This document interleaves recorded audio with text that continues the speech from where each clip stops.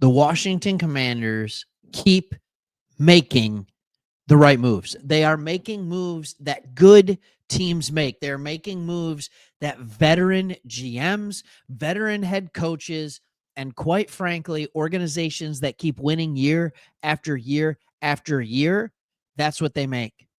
That's what they do. And this is exactly what the Commanders are doing. So they just signed and brought back on a 1-year deal a guy that was absolutely instrumental. I don't know how much is left in the tank. It doesn't matter.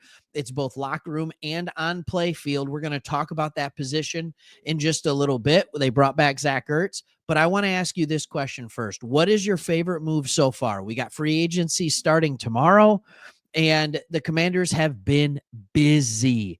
They've been busy. First, they bring in Deebo Samuel for a 5th rounder.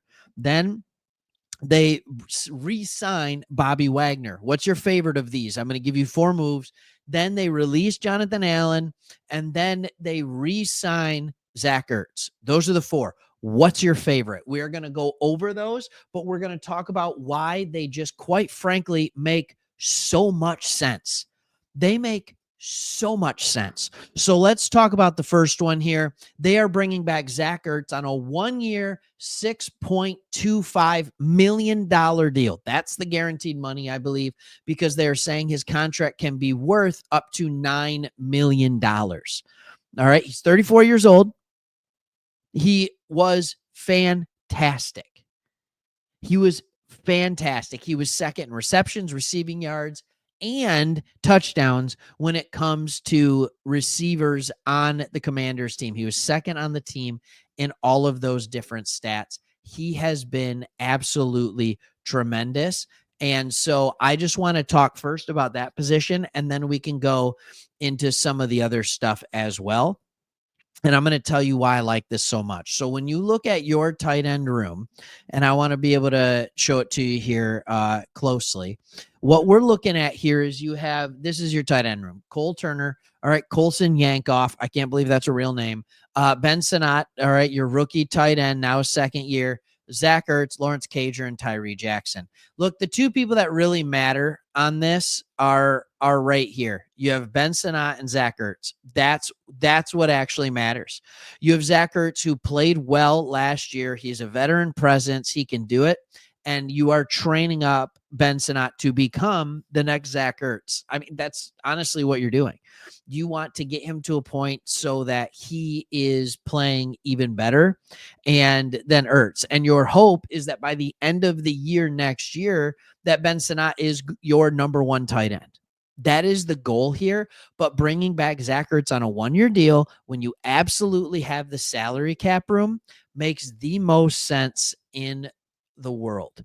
All right. It makes the most sense in the world. That's why you have to do it. That's why you have to do it. Now, the Commanders also released Jonathan Allen. All right. Why are they doing that? Why in the world would they release Jonathan Allen? Well, let's take a look at that too. All right. There's a lot going on, but they are making money. It's simple. All right. It's simple. They're making money. They wanted to save that money. I think they make like 15, 20 million by not having him on the team. They're freeing up even more cap room. Okay. So that is kind of what you're looking at when it comes to releasing him. If you look at this is kind of crazy to me. All right. Spotrac, they do a good job. They really do. They do a fantastic job. You have $94 million left on cap space. Like that's tremendous. That is a tremendous amount of money. All right. And when you look at the guys that are taking the most, it's Daron Payne. You had to keep him because you couldn't save the money. All right. You have only 14 million in dead cap. Terry McLaurin, Marshawn Lattimore. These are the guys that, yep, you're going to pay. That makes sense. There's no reason not to. All right. Frankie Louvu, Samuel Cosme. You don't have any outliers here that you have to pay large amounts of money to that you don't want on your team. That's the beautiful part about it. You got Deebo Samuel here. You barely have any cap hit on him. You are setting yourself up in a good position, not just this year, but down the line. Neither one of the moves you made, they both help you this year, but they don't hurt you next year. Next year, you have the fourth most cap space. Look, I understand there's only 23 players on your cap roster next year. I get that. But you have almost the full salary cap. You have almost the full salary cap. This has been so responsible the way you've done that.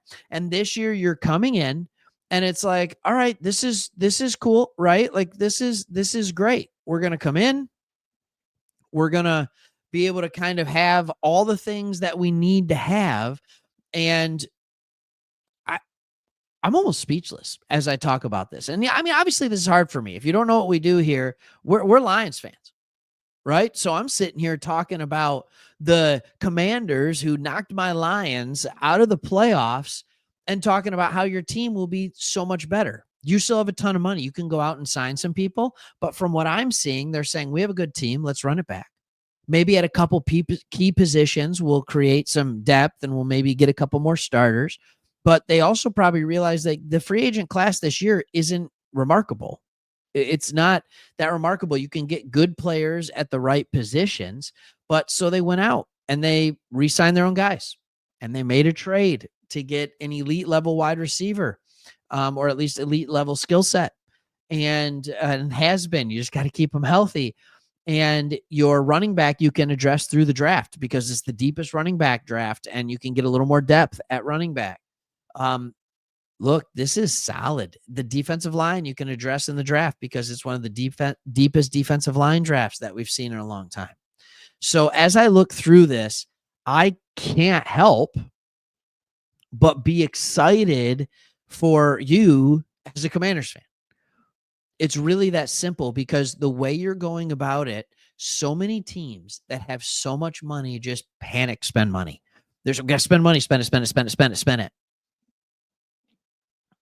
You are the only team that has this kind of salary cap room that has a phenomenal team. Okay? That also has a phenomenal team. I want you to think about that. There are other teams with large salary caps. The New England Patriots have a ton of cap room. Number one. The Las Vegas Raiders have a ton of cap room. Number two. Number three, you have the second most. You can make the playoffs with this roster. You don't have to add another player. You go to the draft. You could not touch anything for your cap space. Now, wouldn't it be nice if you could add it to your cap space next year? Roll over cap. That'd be really nice, wouldn't it? I'm telling you right now, you could make the Super Bowl, you could make the playoffs with this roster, but you still have money to spend. How cool is that? This is what good teams do. In fact, this is what remarkable teams do. Thanks for watching. See you on the next one. We're going to have more Commanders content always.